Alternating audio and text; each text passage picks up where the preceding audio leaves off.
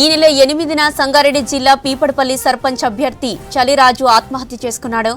కాంగ్రెస్ మద్దతుతో సర్పంచ్ బరిలో దిగిన ఆయన ప్రచారానికి డబ్బులు లేకపోవడంతో అయ్యప్ప మాలలోనే ఉరేసుకుని సూసైడ్ చేసుకున్నాడు. అయితే ఈ రోజు ఎన్నికలు జరిగి రిజల్ట్స్ వచ్చాయి. దీనిలో 8 ఓట్ల తేడాతో ప్రత్యర్థిపై విజయం సాధించాడు.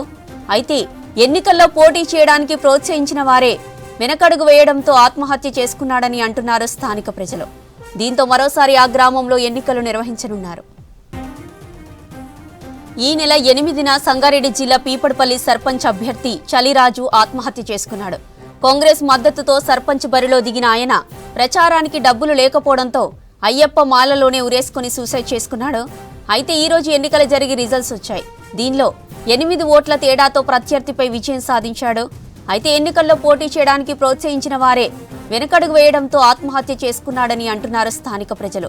దీంతో మరోసారి ఆ గ్రామంలో ఎన్నికలు నిర్వహించనున్నారు. రైట్గా సర్పంచ్ ఆత్మహత్యకు సంబంధించిన మరిన్ని డీటెయిల్స్ మనకి శ్రీధర్ అందిస్తారు. శ్రీధర్, సంగారెడ్డి జిల్లా పీపడపల్లి సర్పంచ్ ఎన్నికల్లో సూసైడ్ చేసుకున్న రాజు విజయం సాధించారు కదా, అప్డేట్స్ ఏంటి?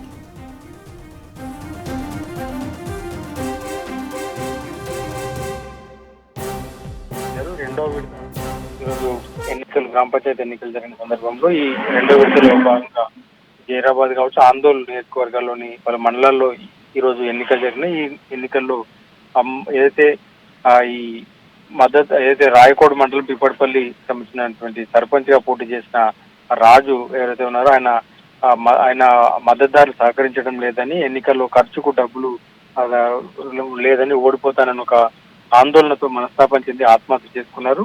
ఈ నెల 28న ఆయన ఊరు వేసుకుని చనిపోయినటువంటి పరిస్థితి, ఆత్మహత్య చేసుకున్నటువంటి పరిస్థితి. సో కాంగ్రెస్ బలపరిచిన ఈ అభ్యర్థి ఎలక్షన్స్ జరిగింది ఈ రోజు, అంటే ఎలక్షన్ జరగడం, దాంతోపాటు కౌంటింగ్ తర్వాత ఆయన 9 ఓట్ల మెజార్టీతో ఆయన గెలిచిన పరిస్థితి ఉంది. సో ఈ నేపథ్యంలో ఆ ప్రాంతంలో ఒకవైపు ఆయన మృతి తర్వాత ఎన్నికంతా కూడా విషాదచాలతో జరిగిన పరిస్థితి. కానీ ఆయనకు మద్దతుగా ఆయన ఈ రోజు మరోసారి గ్రామస్తులు ఆయన ఎన్నుకోవడం పట్ల కూడా ఒక అనూహ్య ఘటన చోటు చేసుకున్నటువంటి పరిస్థితి. సో మొత్తంగా ఈ రాయకోడ్ మండలం పిప్పడిపల్లిలో జరిగినటువంటి ఈ ఘటన ద్వారా మరోసారి అక్కడ ఆ ప్రాంతంలో ఎన్నికలు జరపాల్సింది. ఇదంతా సింగూర్ బ్యాక్ వాటర్ విలేజ్ ఇది.